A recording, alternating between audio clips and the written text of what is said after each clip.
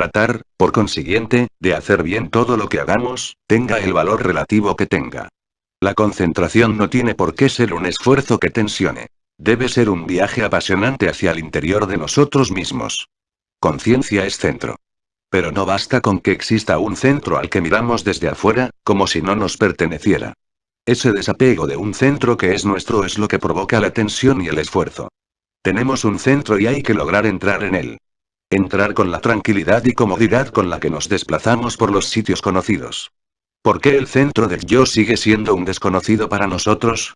Porque son muy pocas las veces que entramos hasta allí, porque lo dejamos relegado a momentos importantes. El pequeño gran secreto de la concentración está en abrir un camino y reconocerlo, entrar en el centro libremente cada vez que nos haga falta. Concentrarse es todo un arte. Lleva consigo la capacidad de interiorizar nuestras acciones, de permanecer en el centro y, sin embargo, mostrar las acciones hacia afuera con total naturalidad. Nada más lejos que concebir un centro en el cual quedar atrapados y aislados de nuestro alrededor, y aun de nuestras propias actividades. Es, al contrario, un centro acogedor, el hogar de la conciencia, al que llegamos y del que salimos cuando nos lo proponemos. La concentración, el saber llegar y estar en el centro, nos proporciona una vida interior más rica, refuerza nuestros conocimientos, nos otorga seguridad en nosotros mismos y nos ayuda a prestar atención a los demás, asunto tan valioso para desarrollar la codiciada convivencia entre los humanos. La conciencia. El sol de nuestra personalidad. La conciencia es el centro de nuestro ser, el punto de referencia obligado para todas nuestras actividades psíquicas y mentales. La conciencia es punto y es eje, es el soporte necesario para evitar la dispersión que proviene del mundo circundante. La conciencia es el centro que ilumina la atención. Y, en este sentido, se asemeja al sol de nuestro sistema planetario, que conjuga a todos los astros que giran a su alrededor. Puede ser que las órbitas dibujen círculos o elipses, que el foco o los focos no estén exactamente en el centro geométrico, pero no cabe ninguna duda sobre la importancia del Sol como base general de la vida desde la física hasta la espiritual para todo el sistema. De igual modo opera nuestra conciencia en la clave humana, abarcando todas las posibilidades de expresión y no solo las psicológicas.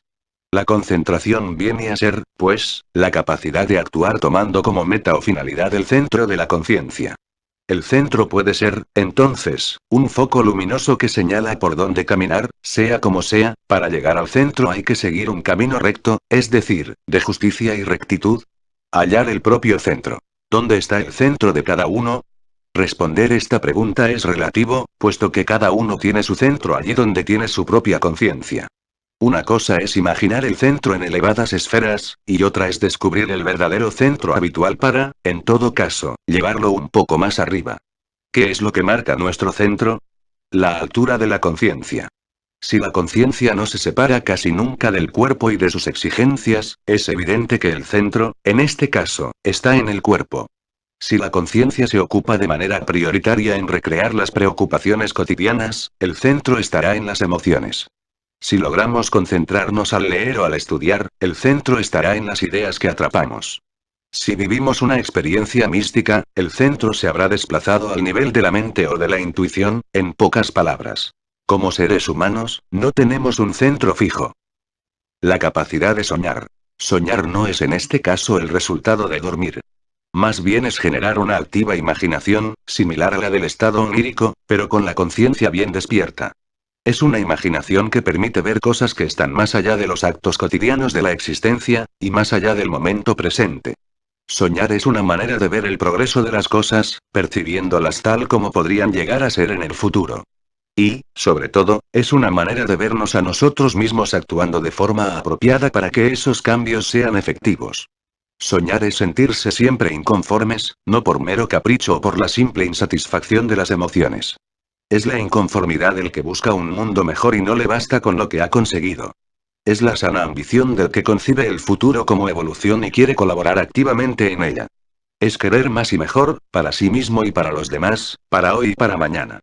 Hay quienes confunden la capacidad de soñar con la de divagar, dejando que la mente y la emotividad se lancen sin rumbo ni concierto en busca de cualquier cosa, más bien huyendo de la realidad que tratando de transmutarla.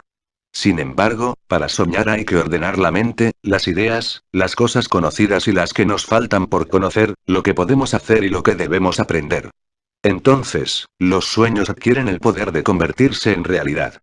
Hay que lograr que los sueños lleguen al plano de las cosas efectivas, es decir, que los resultados puedan ser percibidos y aprovechados por algunos o por muchos. Iluminar nuestras sombras. Cada tanto se presenta en nuestras vidas un período oscuro, duro y tenebroso. Por mucho que tratamos de ver una salida, solo nos rodean las tinieblas. Caemos en el desánimo y todo lo que emprendemos nos sale mal, incluso antes de empezarlo. Son nuestras noches particulares, en las que también debemos vencer. Nadie pondrá luz en las sombras si no lo hacemos nosotros mismos. Aprendamos a no esperar soluciones que vengan desde fuera. Si fuera, en algún sitio, hay focos de luz, significa que dentro de nosotros, en algún rincón, también hay luz. Tenemos lo mismo que hay en el universo. Luz y oscuridad, y tenemos energías suficientes para generar una u otra. Enciende tu luz. Enciende una sonrisa, aunque te parezca forzada al principio. Enciende el interés por aprender algo nuevo, o algo que nunca habías entendido hasta ahora. Enciende la capacidad de escuchar a los que te rodean. Enciende la capacidad de ver con atención lo que pasa a tu alrededor. Encontrarás maravillas inesperadas. Enciende la esperanza por el día de mañana, y más aún, por el día de hoy. Mira con alegría lo que haces, y hazlo tan bien como para sentirte satisfecho. No te amargues por lo que hacen o dejan de hacer los demás. Concéntrate en tu tarea y verás que los demás no lo hacen tan mal como creías al principio. Percibe la importancia de tu destino, por humilde que sea, porque entonces podrás cambiar tu propia vida, porque entonces habrás comenzado a vencer en la noche. Limitaciones. Conocer las propias limitaciones. Conocer las propias debilidades es una forma particular de grandeza. Negarlas es, no solamente una forma de vanidad, sino la confirmación de que jamás podremos superarlas. El que reconoce sus puntos débiles reconoce también las soluciones para curarlos y reemplazarlos por puntos de fuerza. Superar los defectos potenciando los valores. ¿Qué es un defecto? No siempre se puede explicar como un vicio, una gran deformación, porque en la mayoría de los casos no es tan grave. Casi siempre, un defecto es una carencia, una deficiencia, algo que falta. O también puede ser una imperfección. Imperfecciones y deficiencias pueden ser superadas. Lo primero que recomendamos es un análisis sincero, nada morboso sino práctico y sensato de las carencias y las imperfecciones que cada cual posee. Conocerlas y determinar la dimensión de ese vacío. Habiéndolas descubierto, no intentar enfrentarse con ellas creyendo que en el primer embate habrán de vencerse. No será así. Ni en el primero, ni en el segundo ni en muchos otros, si tan solo decidimos combatir con las manos vacías. Lo segundo, es realizar el mismo análisis desapasionado para encontrar cuáles son las virtudes, aunque en potencia, que se poseen. Así, el segundo paso consiste en desarrollar diariamente, con pequeños ejercicios y acciones relacionadas, esas potencias positivas que necesitan manifestarse en la personalidad. La energía no se dedicará a combatir los defectos, sino a potenciar las virtudes. Hay que librar muchas batallas hasta sentirse definitivamente vencedor. Y aún así, es posible que, de tanto en tanto, algún enemigo o algún defecto trate de reaparecer. Pero las experiencias anteriores harán que se vuelva a ganar la partida. A los defectos, como decíamos, no conviene enfrentarlos sin más, ni tampoco dedicarles energía. Hay que dejarlos de lado, como si no existieran, mientras con toda premura se progresa en el ámbito de las virtudes. Pero tampoco hay que despreciarlos. Los defectos, aunque son vacíos y carencias, conforman huecos que pueden atraparnos en cualquier descuido. Los defectos se disfrazan de falsas virtudes. Puede pensarse que los defectos anulan las virtudes. Pero no es así. No son los defectos los que anulan las virtudes, sino la conciencia desconcertada por los defectos que no creía tener la que impide la manifestación de las virtudes. Es posible que los defectos lleguen a anular las virtudes, sobre todo, porque no se da a los defectos el valor que tienen y se los convierte en falsas virtudes. El débil cree que es sensible. El cobarde cree que es compasivo. El vicioso cree que vive de acuerdo con la naturaleza. El tacaño cree que protege sus bienes de los ladrones. El intolerante cree que es justo. Y así podríamos seguir sin acabar. Pero las cualidades deben imponerse porque generalmente son más poderosas, más reales, más propias del ser humano. Tomar conciencia de nuestros errores es el mejor motor para potenciar nuestros aciertos. Para erradicar el mal. El mal difícilmente puro es la falta del bien, es la oscuridad que percibimos cuando falta la luz. El mal existe, pero por falta de luz, porque no hay ventanas ni puertas por las que entren sus rayos clarificadores. El mal no es puro porque no es una esencia absoluta, sino una falta, un defecto, un hueco sin rellenar. Su existencia se desvanece en cuanto la verdad se abre paso. El mal es, entre otras cosas, una consecuencia de la ignorancia, tal vez la más terrible de sus consecuencias. Pon luz allí donde puedas, defiende la cordura y el sentido común, busca la causa. Evidente o escondida de las cosas, investiga sin miedo, acércate a la gente con generosidad, hazte fuerte en lo que vas aprendiendo y experimentando, construye tu ser interior con poderosas columnas de conocimientos. Críticas. Muchas críticas y pocos ejemplos positivos. He aquí un enemigo que extiende su ámbito sobre el entorno. El que critica, como norma general, es un amargado ante sus propios fracasos, lo bastante egoísta como para hacer caer la culpa de estos sobre los demás. Solo ve los errores en los otros y no acepta en sí mismo la menor falta, ni mucho menos que se la señalen. Exige constantemente ejemplos de los demás, pero no considera que él mismo tenga que ofrecerlos. El crítico se cree el ejemplo perfecto en todos los campos. Los que exigen ejemplos pero no los dan son los mismos que jamás usan lo que venden, ni aplican lo que enseñan. Los críticos permanentes no son buenos para obras de largo alcance, no son buenos para construir el futuro. Solo valen para socavar lo que otros hacen. Debilidad. La debilidad es un estado de laxitud que ataca tanto al cuerpo como a la psiquis y a la mente. Es una falta de fuerza, en general, para salir de esta situación. No es nuestro propósito tratar sobre la debilidad del cuerpo, acompañada como es natural por la debilidad energética, porque la medicina cuenta con diferentes medios para remediarla o paliarla. La que más interesa, porque es la que más nos preocupa, es la debilidad psicológica y mental. Cuando la debilidad afecta a la psiquis, la laxitud a la que nos referíamos deja paso a las muchas formas del miedo. Y cuando la debilidad hace presa de la mente, por sus intersticios se cuelan las muchas formas de las dudas. ¿Cómo combatir la debilidad? La primera fórmula es cultivar la voluntad en pequeñas cosas, pero sin cesar.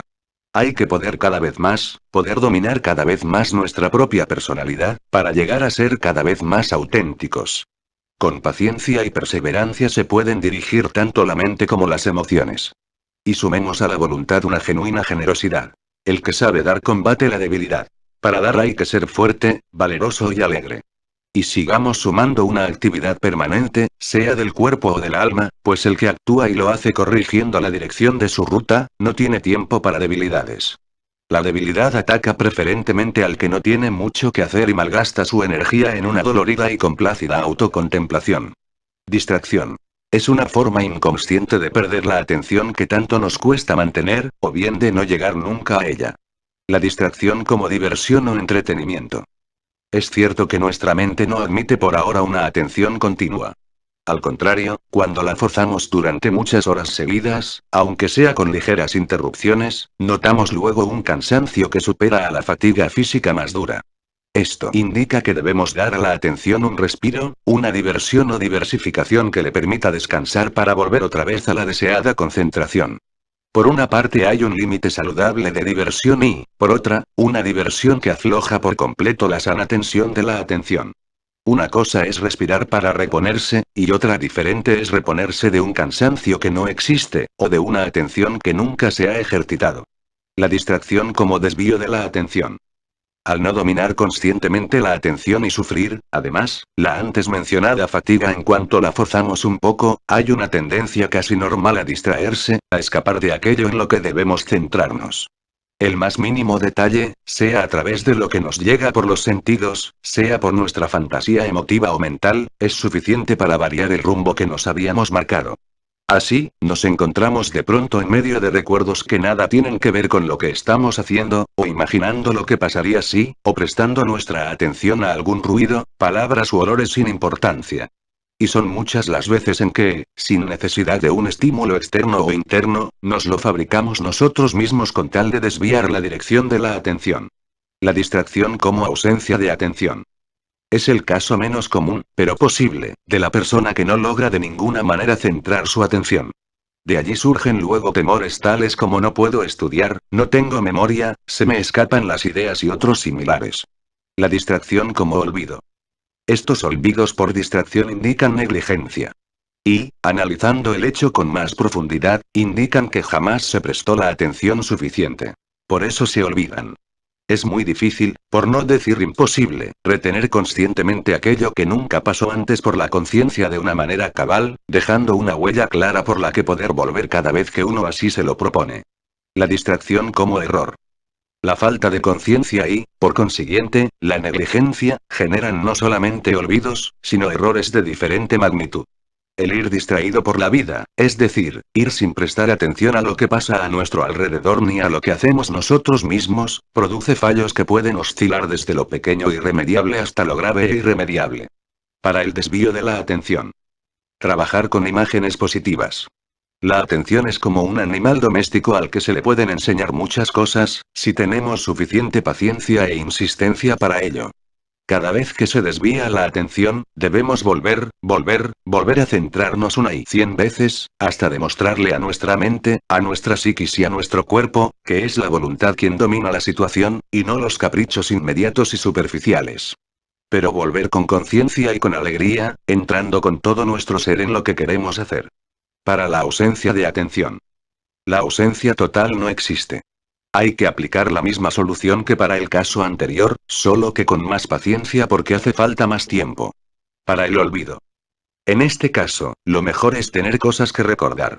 No se trata de un olvido cualquiera, sino de una experiencia que ni siquiera ha rozado la conciencia. Recordar no es un interminable paseo por la psiquis y sus dolores, por los rencores imperdonables y las ansiedades inextinguibles. Es nutrir tanto la psiquis como la mente con valores, quitando los inservibles para escoger aquellos de máxima calidad para su desarrollo. Para el error. No considerar las equivocaciones como pecados mortales de los cuales nunca vamos a poder redimirnos. Tampoco considerarlas de manera trivial, como si no tuvieran ninguna importancia. Si un error nos pesa es que hemos tomado conciencia de él, en cuyo caso, solo nos queda remediarlo. Si ante el error hay una tendencia a disculparlo como algo sin importancia, entonces falta atención, falta interés, falta humildad y sobra comodidad y orgullo mal entendido. Egoísmo. El egoísmo. El egoísmo es un enemigo personal de honda repercusión en lo social. El egoísta es aquel que se considera no solo el centro del universo, sino el más importante dentro del universo. Es aquel que ignora a los demás en sus necesidades y aflicciones, pues solo valora las suyas. Es el que no sabe amar pues solo exige que lo amen. Es el que impide las más elementales formas de convivencia. El personalismo. El exceso de personalismo es similar al egoísmo. En todo caso, agregamos al personalismo el dudoso matiz de la vanidad que enaltece, aunque sin méritos probados, todo lo que a uno mismo incumbe, a la par que descalifica lo que viene de otros. El personalista es egocéntrico, es egoísta y se cree el mejor. Todo el mundo está teñido del color de su persona. Egoísmo y egocentrismo. Egoísmo es sentirse, no solo el centro, sino el único en el mundo. Se sabe que existen otros seres, pero es como si no existiesen. En este caso se aplica cabalmente la parábola de las grullas que cuenta Platón en sus diálogos. Después de mucho reflexionar, reunidas las grullas en grave conciliábulo, llegaron a la conclusión de que el mundo estaba dividido en dos grandes partes. Las grullas y las no grullas. Lo mismo sucede con el hombre egoísta. Para él, la división del mundo es clara. Él mismo, que es el único importante, y los demás, que son una oscura sombra del no yo. El egoísta no desconoce la pluralidad de la vida. Simplemente, no le interesa, no le preocupa lo que pueda suceder con los demás mientras él esté satisfecho. Es egocéntrico, desprecia al resto de los seres. Ya no le basta con saberse el centro de la atención, sino que no valora la atención de los otros, completamente absorbido por ese amor degenerado que se profesa a sí mismo. El egoísmo tiene raíces más profundas y nefastas, mientras que el egocentrismo es solamente su reflejo visible. Egocentrismo es sentirse el centro del mundo y de los acontecimientos. Es querer ser el más importante, el centro de la atención de los demás. El egocentrismo es, dentro de lo que cabe, una actitud natural, si calificamos de natural todo lo que nos reduce a las mínimas expresiones del impulso y del instinto. Los celos del egocéntrico se suman a la incapacidad de amar del egoísta. Envidia. La envidia se nutre en las diferencias y, sobre todo, en aquellas cosas consideradas buenas que tienen los otros y nosotros no. Se alimenta creyendo que todo cuanto poseen los demás es mejor que lo nuestro. Y esa envidia, sumada a los celos, impulsa a reducir y ridiculizar a los otros para aumentar la propia estatura, para hacer que las diferencias, si existen, no sean evidentes. El envidioso no crecerá, porque le basta con ver pequeños a los demás. Falta de puntualidad. La falta de puntualidad es un enemigo personal que asimismo afecta a los otros.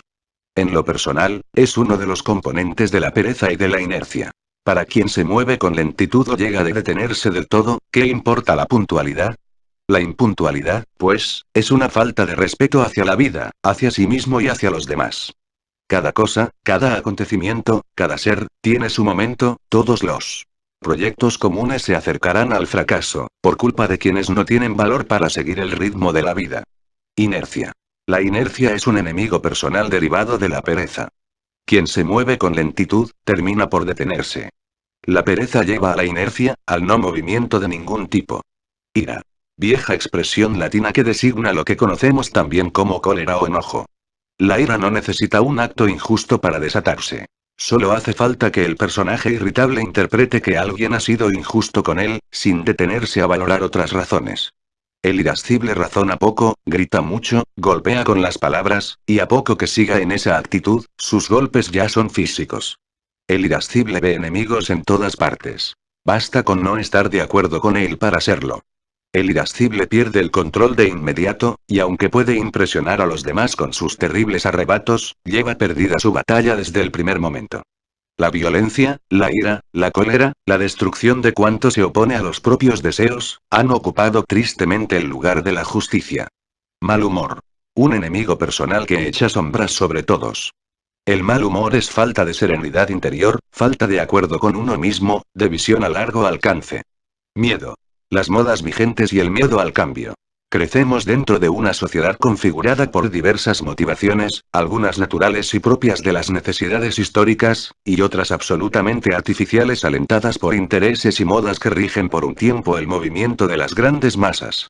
Son, sobre todo, las necesidades artificiales, o las que se tiñen de artificialidad, las que más atan a los hombres y las que les impiden cambiar en cualquier sentido.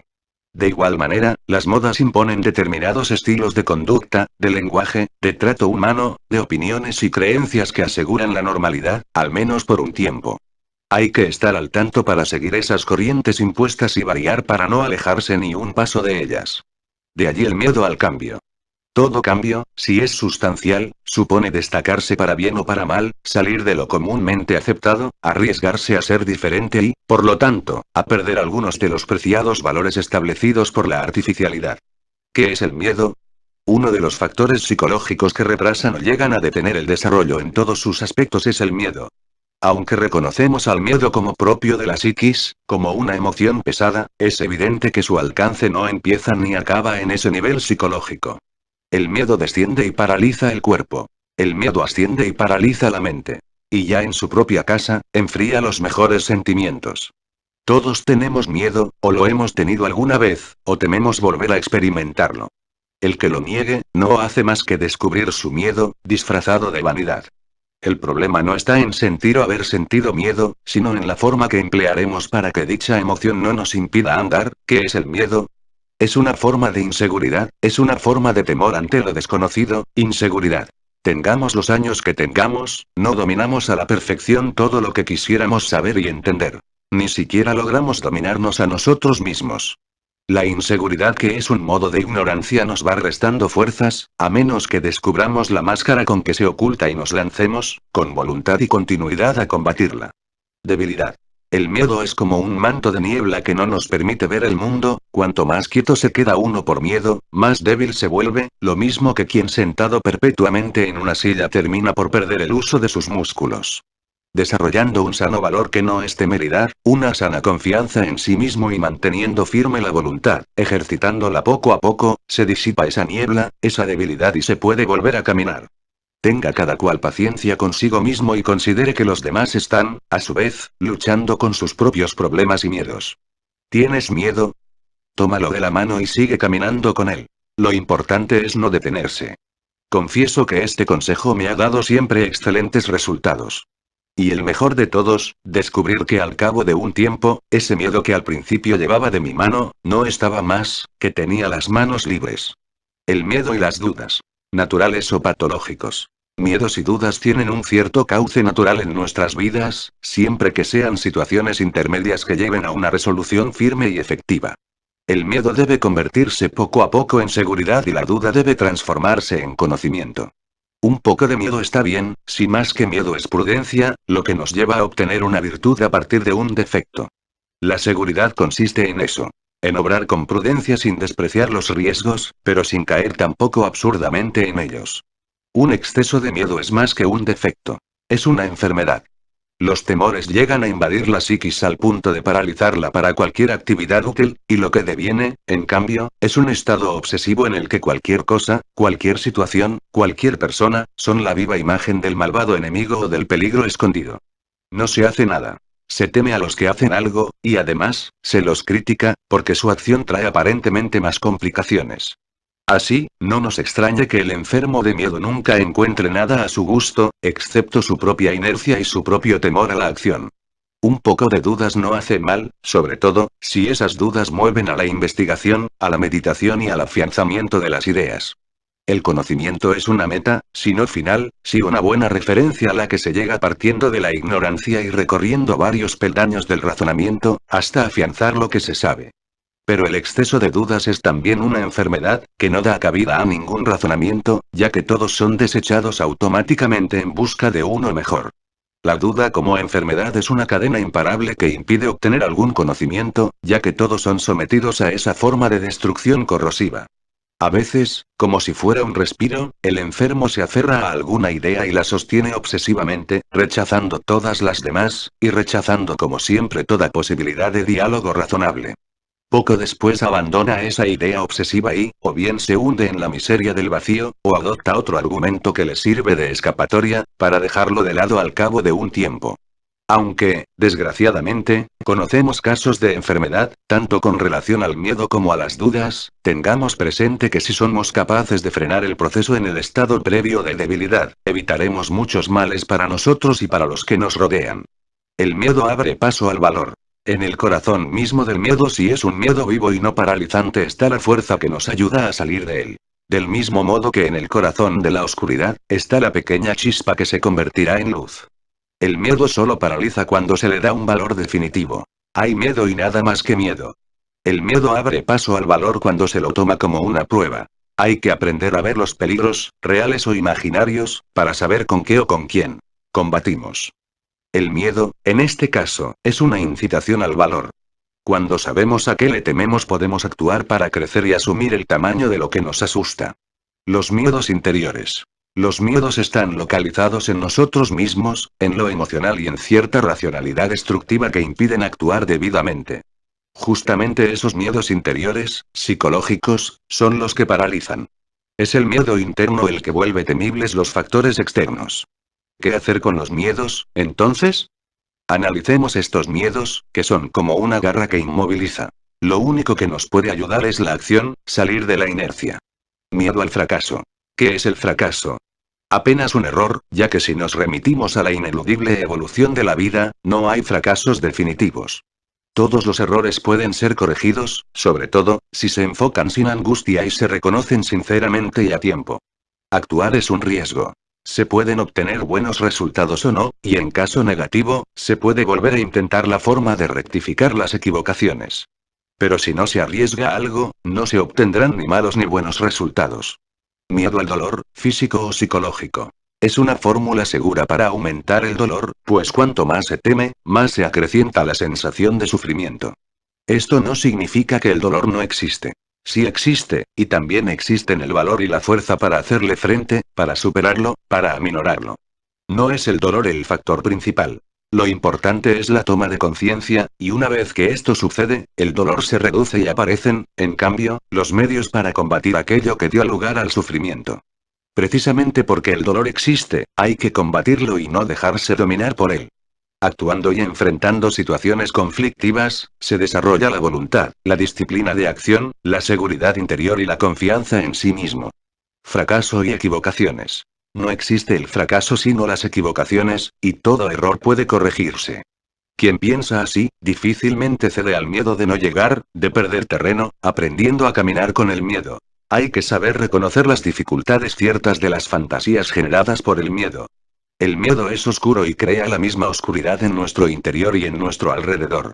No podemos ver por dentro ni tampoco discernir lo que pasa por fuera.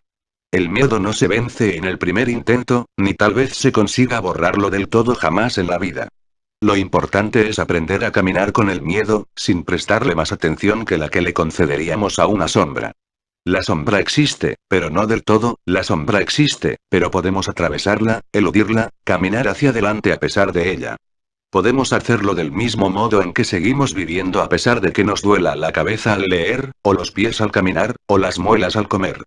No dejaremos de caminar, ni de comer ni de leer, sobre todo, si sabemos anteponer lo fundamental a lo accesorio. Si lo que leemos nos atrapa, olvidaremos el dolor de cabeza. Si tenemos que llegar a una cita de interés, olvidaremos el dolor de pies. Si tenemos hambre, pasaremos el dolor de muelas a un segundo lugar. Lo mismo hay que hacer con el miedo. Seguir tras las metas propuestas, por grande o aparentemente grande que sea el miedo. Negligencia. La negligencia se nutre de nuestros olvidos, que no son tales, sino el deseo de no recordar aquellas cosas tediosas, pesadas, difíciles. En síntesis, lo que no queremos hacer. Por eso olvidamos, por eso respondemos tantas veces con el terrible estribillo me olvidé, que quiere decir, no quise recordarlo. La negligencia se nutre con nuestras dilaciones. Todavía tengo tiempo, aún falta, mañana lo haré, ya veréis y encuentro a alguien que lo haga, no hay apuro. Esas postergaciones equivalen a olvidos. La única diferencia es que, en lugar de relegar las obligaciones al subconsciente, las relegamos en el tiempo. Tampoco valen en este caso las excusas perfeccionistas. Emplearé más tiempo porque quiero hacerlo muy bien. Si no se aprende a hacer algo y solo se aprende practicando, da lo mismo tener más o menos tiempo. La negligencia se nutre con las cosas hechas a medias, para salir del paso. La negligencia arranca de una falsa concepción del tiempo y de nuestras posibilidades para manejar el tiempo. Es creer que podemos hacer mucho en pocas horas, cuando en realidad no necesitamos ni mucho ni poco, sino lo justo para hacer lo que debemos según nuestras aptitudes. Cada cual debe aprender a conocerse en este sentido, pereza. En general, entendemos por pereza la lentitud o la dilación para hacer las cosas. La pereza se relaciona, pues, con la dilación. Dejar todo para más adelante. Y también con la lentitud. Demorar exageradamente en hacer lo que debería ser inmediato. Es fácil concebirla en relación con los movimientos de nuestro cuerpo, con la laxitud con que se enfrentan las acciones, con el excesivo tiempo que se emplea en alcanzar un objetivo que, por lo mismo, se vuelve cada vez más lejano. Pero la pereza se extiende a otros planos de la personalidad y afecta de igual modo a la vida psíquica e intelectual. No afecta tanto como para paralizar los sentimientos y los pensamientos. Pero solo se siente y se piensa lo que resulta cómodo y agradable, lo que no encierra esfuerzo ni constancia. La comodidad psicológica es el elemento determinante y forma de pereza. Evitar todo disturbio. Es evidente que dentro del espectro de las emociones y los sentimientos, no todos pueden ser agradables. Para llegar a comprender, por ejemplo, el amplio alcance del amor, hay que asimilar mil formas de desamor que sirven de contraparte y referencia. Hay que pasar por experiencias que pueden parecer desagradables, pero que son indispensables para conocer nuestro mundo interior y el de todos los seres con los que convivimos. ¿Qué hace el perezoso? Sabe que tiene varias situaciones sentimentales que definir o resolver, pero prefiere no verlas, como si poniéndose una venda ante sus ojos internos, pudiera hacer desaparecer los hechos. Aplica decididamente para eso no hay pereza el dicho que reza ojos que no ven, corazón que no siente. Considera que el tiempo se encargará de borrar las nubes de su panorama emocional y que, más adelante, se encontrará todo arreglado. Cuando no tiene más remedio que hacer frente a estas situaciones, se irrita, agrede a quienes se atreven a mostrarle lo que no quiere aceptar, y hace del enojo una fórmula paliativa para su falta de determinación. A los ojos de los demás, el perezoso puede parecer una persona apacible, pero su tranquilidad no es el fruto de una madurez interior, sino de la incapacidad para afrontar los problemas naturales que le plantea la vida. Otro tanto le sucede con sus pensamientos. Le gusta dejarlos vagar desordenadamente mientras sigan un curso ameno y poco complicado. Evita a toda costa los temas que requieren un análisis detallado, y mucho más todavía, llevar a la acción lo que se derivaría de ese análisis. Sus lecturas suelen ser superficiales, esporádicas. Salta de una cosa a otra, buscando más la novedad que la profundidad. Sus conversaciones son poco coherentes pues escucha poco, habla mucho y pasa de un asunto al siguiente sin acabar con ninguno. Divaga con frecuencia. El perezoso hace de la comodidad un estilo de vida. Pero en lo más hondo de sí mismo, sabe que vive en medio de una burbuja que puede estallar ante cualquier circunstancia. Por eso evita también todo lo que sea vida interior. Estar a solas consigo mismo se convierte en una tortura, porque debería admitir precisamente aquello de lo que quiere huir. Si acepta ideales espirituales, éticos o estéticos, los considera como adornos del alma. Los admira, le gustan, pero es incapaz de aplicar ninguno de ellos en su propia existencia, porque tendría que variar su estólida tranquilidad. Tendría que reconocer elementos positivos y negativos en su personalidad, introducir cambios, luchar con las dificultades. Como todo ello requiere mucho esfuerzo, se recuesta nuevamente en la comodidad de seguir siendo como es, apoyando su argumento en que le es imposible cambiar. El perezoso tiene, sin embargo, un temor oculto que no se atreve a confesar. Teme al tiempo y a las muchas cosas que nunca hará. En ese caso, culpa al destino de su mala suerte, de la falta de oportunidades. Y prefiere llorar y sentirse acosado por el infortunio, antes que mover un solo músculo físico y psíquico. Contra la pereza. Atención. Contra la dilación. Valorar cada minuto. Rutina. La rutina tiene sus aparentes encantos a los que hay que quitar la máscara. Ofrece comodidad, aunque la comodidad reiterada sea la puerta abierta al estancamiento. Se presta al aislamiento, para impedir que nadie rompa ese logrado ritmo estable. No admite nada nuevo y, por lo tanto, es contraria a toda forma de crecimiento. No nos enseña nada nuevo y, en principio, nos hace ver que las cosas salen cada vez mejor. Pero el uso desgasta aún los actos mejor realizados. Da lugar a hábitos negativos cuyo resultado aparece a corto plazo, por mucho que puedan parecer inofensivos. Genera el egoísmo de quien no quiere prestar atención a los demás, para no quebrar su propia tranquilidad, soberbia. La soberbia o el orgullo parten de una comparación que favorece siempre al que la realiza, quien se ve a sí mismo como el mejor y el más grande. Así, se confiere el derecho de corregir y criticar a todos. Nunca encontrará nada a su gusto, excepto lo que él hace. No crecerá. No tiene necesidad de hacerlo porque ya se puso muy por encima de sus reales valores. Aceptemos que todos tenemos valores y defectos, pero las comparaciones no nos van a ayudar hasta que no desarrollemos la sana virtud de tomar ejemplo de cuánta cosa positiva veamos a nuestro alrededor, volubilidad. Lo variable es una triste máscara con que se suele encubrir la ignorancia. El que poco y nada sabe cree que en la variedad está la demostración de su dominio sobre muchas cosas. Sin embargo, un somero análisis nos lleva a la conclusión de que, generalmente, esas muchas cosas se dominan superficialmente y mal. Hoy se comienza una cosa, mañana otra, hoy se lee un libro, mañana otro, hoy se husmea en alguna doctrina filosófica, mañana en otra, hoy se siente simpatía por un determinado personaje, mañana por otro, hoy se trabaja por unas ideas, mañana por otras, se propone una novedad constante, un picotear aquí y allí, sin acabar nada nunca de manera eficaz. Es como el brillo de la mariposa que vuela inquieta, sin sabiduría para percibir la llama de fuego que terminará por matarla. Tercera parte. Valores. Nuestra seguridad está en nuestra propia formación moral y en evitar los errores que tantos padecimientos están provocando en nuestra civilización.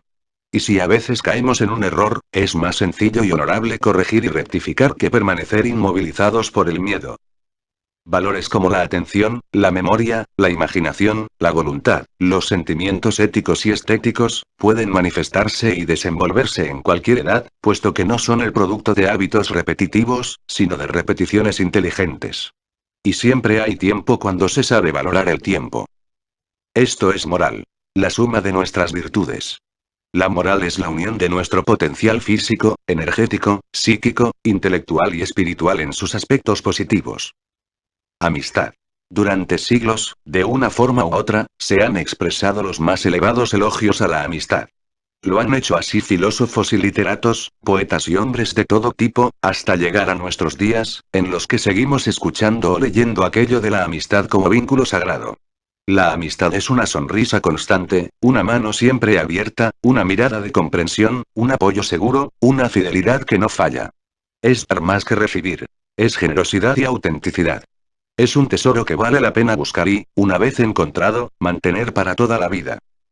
La atención y los cinco sentidos. Es necesario empezar por ejercer la atención en lo cotidiano. Diariamente, y durante más tiempo del que suponemos, hacemos uso de los sentidos, de nuestros 5 sentidos. Por eso hace falta unir la atención a los sentidos. Para conocerse mejor Delia Steinberg Guzmán. Página 42 de 50 cortesía de Nueva Acrópolis España, www.nueva-acrópolis.es. El tacto es la reacción de la sensibilidad de nuestra piel ante el contacto con los objetos. Nos permite percibir el frío, el calor, la suavidad, la aspereza. Si nos conformamos con estas simples posibilidades físicas, buscaremos solamente lo que nos resulte placentero, sin prestar atención a las sutiles diferencias que ofrecen unos objetos respecto de otros. La atención, en este caso, nos lleva a reconocer detalles, matices, grados, ampliando nuestro conocimiento sensible mucho más allá de lo agradable y desagradable. Cuando el tacto se desarrolla en altura y profundidad lo convertimos en una especial sensibilidad para percibir y tratar a la gente. Tener tacto, en este caso, es comprender a cada cual y dirigirse a cada uno de modo que también nos pueda comprender. Cuando la atención se une a esta habilidad en el trato, se convierte en discreción, una de las más grandes virtudes. El oído nos conduce a percibir los sonidos. Pero hay una gran distancia entre oír y escuchar. Escuchar es prestar atención a lo que se oye. Oír, oyen todos los que tienen el oído desarrollado. Pero poner atención en los sonidos, saber distinguirlos hasta interpretarlos como formas especiales de lenguajes y expresión solo es el resultado de una fina atención. En verdad, es la atención la que nos hace diferenciar los ruidos de los sonidos, el vulgar golpe arrítmico del equilibrio de la música. Ver es percibir a través de los ojos físicos la forma y el color de las cosas. Sí, pero hay formas más sutiles de ver que requieren la presencia de la atención. Entonces se puede observar, considerar lo que se observa, reflexionar, juzgar. Saber ver, o lo que es lo mismo, ver con atención, es una forma de descubrir, de investigar, de penetrar más allá de las formas y las apariencias con ojos interiores. Es conocer, comprender, saber. Para ver con atención hace falta luz, es decir, intuición, recta imaginación. El gusto es el sentido con el que se percibe el sabor de las cosas. Pero ese placer o desagrado, que en principio radica en la lengua, se expande a la psiquis y se convierte en agrado o rechazo por las cosas y las personas en general. En este punto, hacer las cosas a nuestro gusto es hacer lo que surge como impulso inmediato de los sentidos en general y de las emociones en especial. Sin embargo, el gusto puede ampliarse hasta los límites del buen gusto, siempre y cuando intervenga la atención. Entonces es la interna facultad. Percibir y buscar lo bello, diferenciándolo de lo feo y absurdo. Es evidente que, con buen gusto, la vida tiene otro sabor. Y este es también un logro de la atención. El olfato nos permite percibir los olores. Difícilmente podemos calificarlos y, como mucho, nos arriesgamos a definirlos como agradables o desagradables, con gran riesgo de no coincidir en opiniones con las demás personas. Pero la atención refina el olfato y lo convierte en un sentido mucho más sutil, tanto que en el lenguaje cotidiano solemos decir que el buen olfato es la sagacidad para descubrir lo que aparentemente está oculto. Es casi, como un poder adivinatorio. Un poco más arriba, el buen olfato es aliarse con el aire y con los perfumes. Es la atención a lo que lleva y trae el viento y al aroma que emanan todos los seres. Hay una infinita distancia entre oler y captar la quinta esencia de las cosas. Es decir, que la atención nos ayuda a avanzar desde los sentidos sensibles hasta el sentido de la sensibilidad, de la comprensión, del discernimiento. Perseverancia y constancia. Repetir, repetir, aunque esta palabra pueda contener connotaciones psicológicas de aburrimiento, lo cierto es que la repetición es una de las armas mágicas de las que se vale la naturaleza. Más que repetición, deberíamos hablar de reiteración, de aquello que nos obliga a devolver varias veces sobre los mismos pasos, hasta ser debidamente comprendidos. La perseverancia. La perseverancia se nutre de repeticiones. Es como un motor imparable e incansable que nos permite volver sobre las mismas cosas, insistiendo para obtener día a día una mayor calidad en todo. Esto es la perseverancia.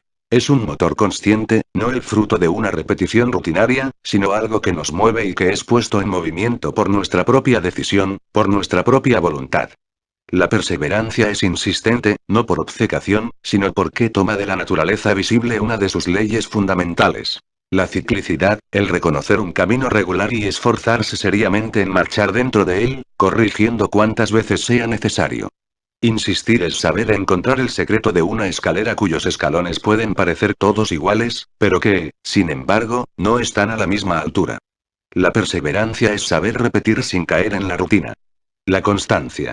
La constancia es la perseverancia de la mente, o la perseverancia llevada a nivel mental. Es, por lo tanto, un estado mental que ayuda a ser firmes en todo cuanto necesita repetirse, en todo lo que no se resuelve en un día. La constancia es la paciencia de saber esperar sin caer en el olvido ni en el desánimo. La constancia nos lleva a ganar la continuidad en las ideas, y por lo tanto en los sentimientos y en las acciones, más allá de los aparentes cambios de los ciclos. Es el eje alrededor del cual podemos movernos con perseverancia. Creatividad. Hace falta saber para crear, y saber cuesta tiempo y repeticiones. Se habla de la espontaneidad que debe gobernar los actos humanos, para que cada cual exprese aquello que le nace de su interior. Pero, ¿a qué interior nos referimos?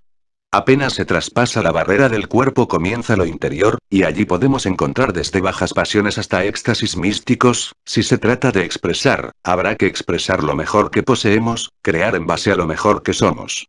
La naturaleza repite insistentemente sus estaciones, sus días y noches. Millones de veces la semilla germina en la tierra de la misma manera, como parte que somos de la naturaleza, ¿no seguiremos acaso el mismo ritmo? Repetir, repetir, repetir, por la imperiosa necesidad de perfección. El que repite no hace siempre lo mismo, lo hace cada vez mejor, se siente crecer en cada nuevo acto de aprendizaje. Consideremos seriamente el valor de la reiteración. No despreciemos esta enseñanza. Pero, cuidado. El que solo repite termina por robotizarse y odiar lo que está haciendo. El que repite buscando perfección goza con cada uno de sus actos, encontrando en ellos esa mínima parte de superación que encierran. El que solo repite pierde habilidades día a día. El que busca la perfección es mejor día a día. El que solo repite cumple actos. El que busca la perfección, realiza actos. El que solo repite envejece irremediablemente. El que repite en busca de la perfección está cada vez más cerca de la eterna juventud, de la Afrodita de oro. Esfuerzo.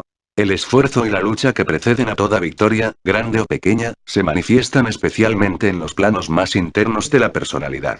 No cabe duda de que muchos esfuerzos requieren la activa participación del cuerpo y de la energía. Pero la raíz de ese esfuerzo físico está siempre en aquellas cosas que conocemos o en aquellas que queremos. La fuerza del querer y la del saber son motores poderosos. No podemos dejar de reconocer que las luchas más terribles se producen en la psiquis y en la mente. Exactitud. ¿Qué es la precisión? Es la exactitud. Ser preciso es ser exacto, conciso, claro y formal. Es saber determinarse. Ser exacto es dar en el blanco. Muchas veces erramos en la vida porque no sabemos apuntar hacia dónde queremos dirigirnos. O creemos que no vale la pena esa exactitud de miras. Ser exacto es bueno para cualquier acción, si buscamos ser cada vez un poco más perfectos. El perfeccionamiento es una larga cadena de exactitudes. Hace falta ser exacto en los gestos, en las palabras, en el pie que se apoya en el suelo cada vez que damos un paso. Hace falta ser exacto en las ideas, en los sentimientos. Hace falta ser exacto en el tiempo y en el espacio. No se nos escapa que todo esto es difícil, pero no es imposible. Por dejar de lado las pequeñas exactitudes caemos luego en una vida sin sentido. Por no apreciar dónde ponemos una mano o un pie, dónde llevamos la mirada, o cómo usamos el tono de voz, llegamos a despreciar el tiempo, las demoras, la impuntualidad. La exactitud es pulcritud, es gusto por las cosas bien hechas, es amor por cada hecho en el que nos implicamos. Ser conciso es saber utilizar la energía. No significa ser simplemente breve, sino emplear las fuerzas justas en cada caso. Nada más hermoso que unos movimientos apropiados, ni exagerados ni mezquinos, sino elegantes en su justa medida. Movimientos que valen lo mismo para el cuerpo que para el alma. También el alma se mueve porque está viva, y las formas mediante las que se expresa han de ser igualmente concisas, armónicas. Ser formal no es caer en esquemas vacíos, sino encontrar la forma que corresponde a cada elemento vital. Ser claro es poner luz en todo lo que hacemos. Es evitar rodeos, falsedades, autojustificaciones, mentiras. Ser claro es también ser limpio y ser simple. No hace falta enredar las ideas ni las palabras para poder expresar cosas verdaderas. Precisamente lo verdadero es simple, es claro, es exacto. Renovación. En boca de todos aparece con más o menos frecuencia el deseo de tomar unos días de descanso, es decir, aflojar un cansancio acumulado que llega a devolverse insoportable. Ese descanso se idealiza en un fin de semana, unos días festivos que permiten alejarse de la rutina diaria, unas vacaciones de invierno o de verano. Un viaje, un retiro a otro pueblo, a la casa de unos amigos o familiares que vivan en otro sitio diferente a nuestra ciudad, pero, curiosamente, en la mayoría de los casos, el descanso no se consigue o apenas se logra a medias, cuando no volvemos a nuestras tareas más agobiados que antes de partir. Es evidente que todo cambio de actividad o de ambiente es una forma de descansar. Pero no es suficiente. Es un paliativo débil que apenas contribuye a mirar con más recelo y fastidio el retorno a lo cotidiano, a lo obligado. Hay que aprender a descansar a diario, a renovarse de manera cotidiana, aliviando en parte las tensiones que se acumulan con el transcurso de las horas de actividad, sea esta la que sea. Hay que respirar cada tanto, tomarse unos instantes de relajación no solo física, sino fundamentalmente psicológica y mental. Y reiteramos lo de instantes, porque no hacen falta horas, ni siquiera demasiados minutos. Solo se requiere una actitud de reposo, que nos permita echar una mirada inteligente a nuestro alrededor o hacia nuestro mundo interno. Cansan las cosas que no nos interesan o por las que no sabemos interesarnos. Cansa no saber respirar en medio del trabajo. Cansa la mecanicidad aburrida que no deja intervenir a la conciencia. Descansa el interés por lo que hacemos, el ver con mirada renovada y ansiedad de aprendizaje todo lo que nos rodea y todo cuanto sucede en nuestro mundo, el ser siempre nosotros mismos y estar con toda el alma en todo lo que nos incumbe. Llenarse de aire limpio, mirar el cielo y perderse en él, ver bailar el fuego o correr el agua, acariciar las hojas de una planta o jugar con un animalito doméstico. Conversar con los que amamos o leer a los que admiramos. Compartir una mesa, un paseo o una taza de café. Saber que somos eternos, y saber que tenemos todo el tiempo necesario para hacer las cosas más pequeñas y las más grandes. Seguridad en uno mismo. La seguridad es fruto del conocimiento. Esta condición es una de las más anheladas por el ser humano y, al mismo tiempo, una de las más esquivas. Sinónimo de confianza en sí mismo, de autoafirmación, esa íntima seguridad es la que nos permite ser y, por consiguiente, hacer cuanto nos proponemos. La seguridad en sí mismo viene, para comenzar, del propio conocimiento. La antigua enseñanza que nunca dejó de ser válida, conócete a ti mismo, sigue siendo la clave fundamental para iniciar este camino. No podemos afirmarnos en algo que no conocemos. No se trata de un conocimiento superficial, puesto que todas las personas, de una manera u otra, están convencidas de que se conocen. Pero solamente saben de sus actitudes diarias, de sus reacciones habituales, de su apariencia física, y de aquello que los demás dicen de uno. Falta el otro conocimiento profundo, el que va más allá de las apariencias y de las circunstancias. El que nos permite reconocernos por encima de todos los cambios, el que ahonda en los defectos y el que encuentra la luz de las virtudes escondidas. Para conocerse en profundidad hace falta mucho valor. ¿Cómo mantener esa seguridad, sin que decaiga en los momentos difíciles? La mayor parte de los momentos difíciles, por no decir la totalidad, provienen de nuestra esfera emotiva. Son las emociones, las pasiones incontroladas, las que pueden derribar el edificio pacientemente construido de la seguridad personal. Por lo tanto, no debemos confiar esta autoafirmación a elementos emocionales de manera exclusiva. No basta con sentir. Hay que pensar, y pensar con amor, pues no vale la falsa imagen de que las ideas son frías. Son las ideas claras, precisas, estables, las que van a contribuir en mayor medida al mantenimiento de la seguridad en uno mismo. La seguridad es fruto de un esfuerzo inteligente. La plena seguridad es también un estado del alma. No tiene ninguna relación con la vanidad, la soberbia o el orgullo de quienes se sienten grandes, sin haber acumulado otro mérito que mirarse siempre con buenos ojos. Esa no es seguridad, sino una burda autosuficiencia. La plena seguridad es el resultado de muchas pruebas, errores y correcciones, de mucha paciencia, de sufrimientos, y de recuperar el ánimo tras cada caída. Es la expresión de un largo trabajo a través del tiempo.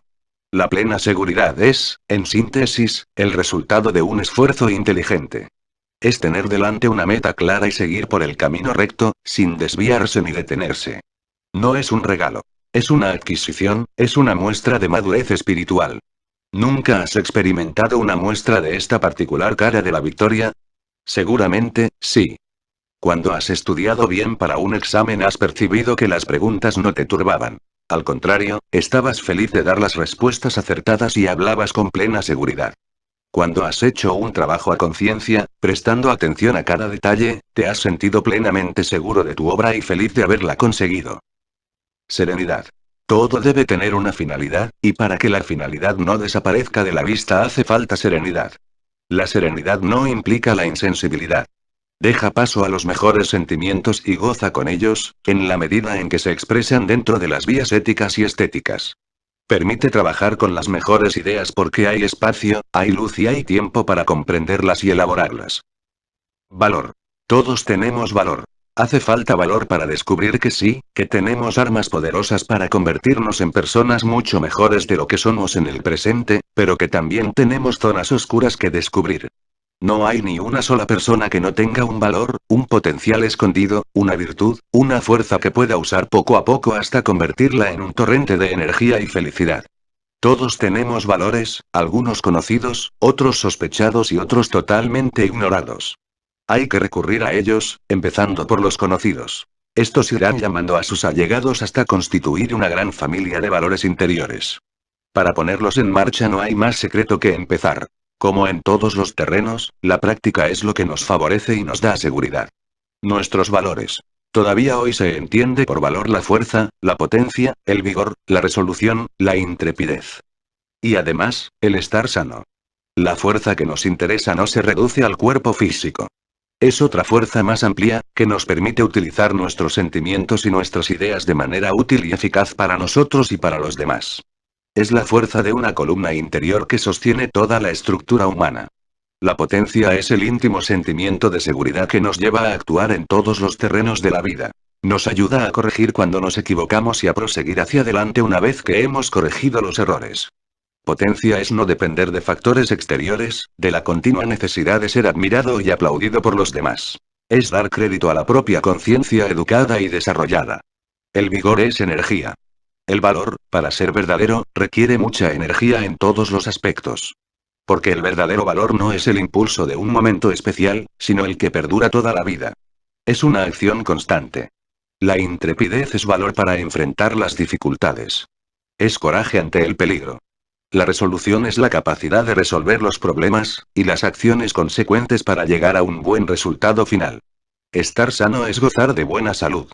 Y, como dijimos de la fuerza, es una salud que va más allá del cuerpo físico, porque un sano equilibrio requiere que la psiquis y la mente estén, asimismo, en buenas condiciones. Todo ello exige valor, sea para mantener la salud, sea para recuperarla. Voluntad.